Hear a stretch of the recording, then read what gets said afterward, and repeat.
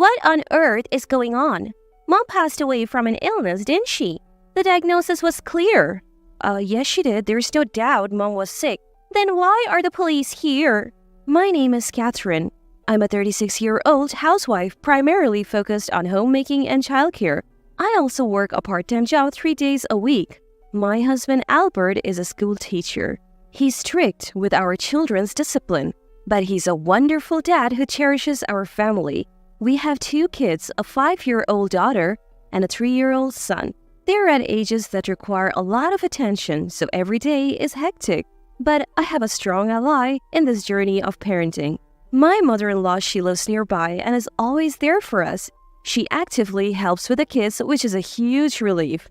I rarely visit my parents since they live far away, so I rely heavily on my mother-in-law. She always welcomes me with a warm smile, and I adore her for that. However, a change came into our harmonious relationship. My father-in-law's retirement at 65, he retired from his job. He had always been dedicated to his work, and now he seemed lost without it, staying at home all the time. To be honest, I didn't know him well. Unlike my mother-in-law, I rarely saw him, and when I did, he was always quiet, mostly reading the newspaper. But after his retirement, I was taken aback by how controlling he became, always keeping an eye on my mother-in-law. It might sound harsh to say he was watching her, but that's how it appeared to me. He would criticize the way she washed dishes or folded laundry. I couldn't help but think, if you have so many opinions, why don't you do it yourself? He was always hovering around her, constantly giving unsolicited advice. At first, she would argue back, but over time, she just seemed to give up and stay silent. She even stopped her morning walks because he would insist on joining. He would watch her every move, even when she was gardening. I could see her spirit fading away. I tried inviting her out for shopping or lunch to cheer her up, but he would always tag along. It wasn't fun anymore. I missed the carefree chats I used to have with her. Now, our conversations were either interrupted by him or cut short because he would want to leave early. Gradually, I found myself avoiding visits to their home. I discussed this with Albert multiple times.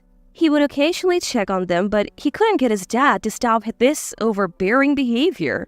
Albert often said, "I'm thinking of getting them divorced. It's too hard on Mom." But Albert's 2 sisters strongly opposed the idea. They had moved away and weren't aware of the current situation. We spent our days worrying about what's going on. One day, after a long time, I visited them. "Is everything okay, Mom? You look pale." I noticed she looked unwell and was sweating. "My back has been hurting since morning." "We should go to the hospital. Where's your health insurance card?" "It's not necessary. I think it's getting better. She will just rest a bit." "But she doesn't look well and also seems to be in a lot of pain." "I said she's fine. Maybe she just hurt herself somehow. I'll take care of her, Catherine. You should go home." "But I said leave." Despite being yelled at by my father-in-law, I stood my ground. "Catherine, it's okay. I'll just lie down and rest. Don't worry." I noticed my mother-in-law forcing a smile, so I decided to step back for a moment. I planned to call Albert and once he returned, take her to the hospital even if it meant forcing her. By the time I realized this decision was a grave mistake, it was too late. I still regret that moment. After leaving their house, I called and explained the situation. He said he would leave work early. I also reached out to my sister-in-law telling her that something was off with Mom, but Dad was refusing the hospital visit. I asked her to persuade him. About an hour later, when Albert returned, we rushed to their house. Pushing past my father-in-law, we found my mother-in-law unconscious in her bedroom. Realizing it was too risky to drive her, we called an ambulance. Still, my father-in-law was shouting, "You're overreacting. This is a nuisance." Soon, the ambulance arrived and they took her. Albert and I followed in our car. My father-in-law didn't come. After a while, at the hospital, my sister-in-law arrived. "Is Mom okay?" "Dad wouldn't tell me anything. Catherine, I'm so sorry." "Why is everyone making such a big deal?" Their reactions were so different that I was shocked. Seeing my mother-in-law unconscious and yet seeing how calm Charmaine was made me distrustful. Not long ago, we were informed that she had passed away. The doctor said there must have been various symptoms leading up to this. When asked why we didn't bring her to the hospital sooner, I couldn't answer. I regretted not visiting them more often and not noticing the changes in her. I wished I had forced her to the hospital when I saw her earlier. Tears wouldn't stop. Both Albert and Joanna comforted me, saying it wasn't my fault, but making them comfort me, especially after losing their mom, made me cry even more. After that, even though we were grieving, we were swamped with tasks, preparing for the wake and funeral, contacting relatives.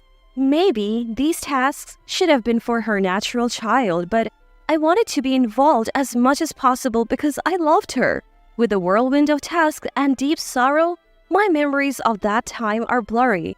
I remember clearly only after the funeral. Albert and I, along with Charmaine's and Joanna's families, gathered at their house. Albert and I were cleaning up her room, as usual, or maybe even more so now. My father-in-law did nothing. He continued living as if nothing had happened. Sometimes he would ask for help with chores, but Albert always declined. From the living room, we could hear the children playing. Everyone was either cleaning or relaxing. As I sorted through her clothes, slowly coming back to reality, I found myself keeping more items than discarding. When I opened a drawer with small items like handkerchiefs, I noticed a false bottom. Out of curiosity, I checked and found a diary. It seemed well written. Feeling guilty, I skimmed through it and found something shocking. I quickly showed Albert, and I could see his face turning from shock to anger. What is this? Albert, I'm sorry. Based on what I believe, I need to report this right now. Ignoring Albert's plea to wait, I immediately called the police. If what was written in my mother-in-law's diary was true, she was abandoned by him. About 30 minutes later, the doorbell rang, while the unsuspecting family was resting. When I opened the door, several police officers entered and I handed one of them the diary.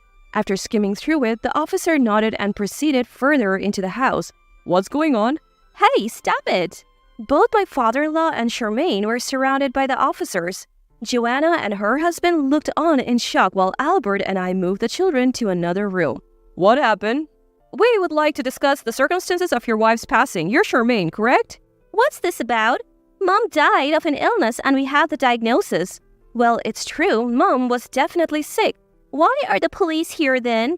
She was sick, but if she had gone to the hospital, she wouldn't have lost her life.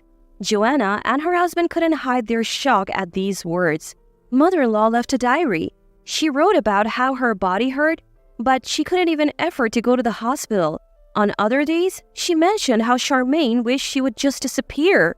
Mother-in-law had documented the daily verbal abuse from father-in-law in her diary. Not only from father-in-law, but she also wrote about how Charmaine would call her almost daily begging for money, and when she refused, Charmaine would lash out with harsh words. It's also written here that you guys, knowing mother-in-law was a wealthy heiress, prevented her from going to the hospital to get her inheritance.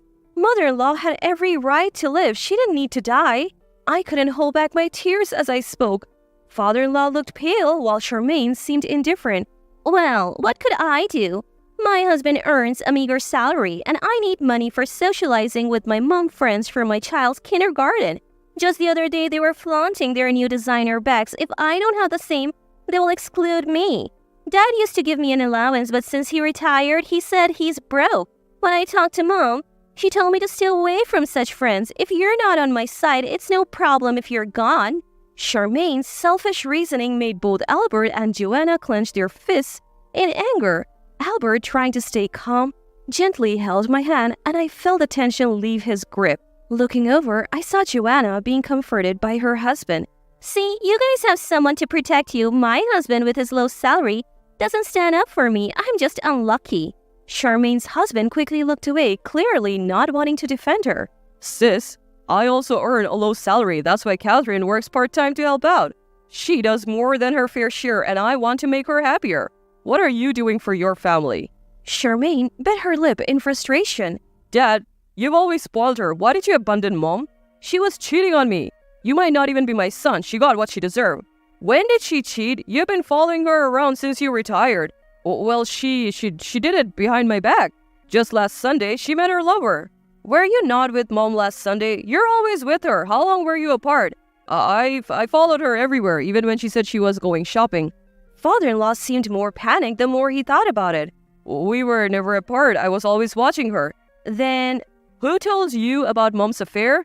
It was Charmaine. All eyes turned to Charmaine. You lied? Well, it's funny. I told Dad that Mom was cheating and he quit his job to stalk her. I can't believe what have I done? Father-in-law's face turned pale and he collapsed. I've always doubted her. I've said terrible things. She told me she felt sick last week and wanted to go to the hospital, but I didn't give her money. I believed Charmaine when she said Mom was faking it to meet her boyfriend.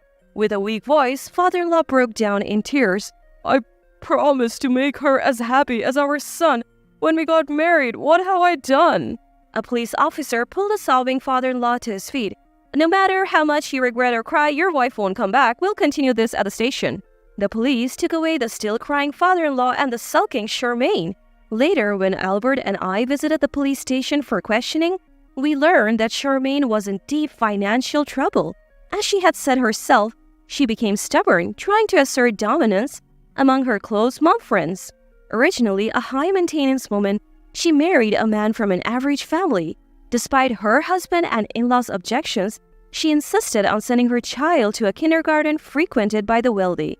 Once she joined the flashiest group there, she began to indulge in luxury lunches and brands to fit in, eventually accumulating debt. Unable to confess to her husband, she turned to her father as usual, but he had quit his job and couldn't lend her money. Her mother never took her seriously from the start. Turns out, her mother-in-law came from significant wealth. While sorting out her belongings, they found bank statements under mother-in-law's name with amounts they had never seen before. She had hoped to rely on her wealthy mother, but after being coldly turned down, she wished she could just inherit the money. She began feeding lies to her father-in-law, causing him to stress out mother-in-law.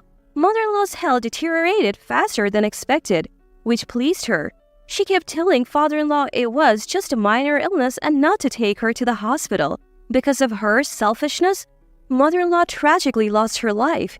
In mother-in-law's diary, there were messages written to Charmaine. It read, "Don't be swayed by others, understand what truly matters, and I hope you realize what's essential and live a happy life." Things she couldn't see to her face.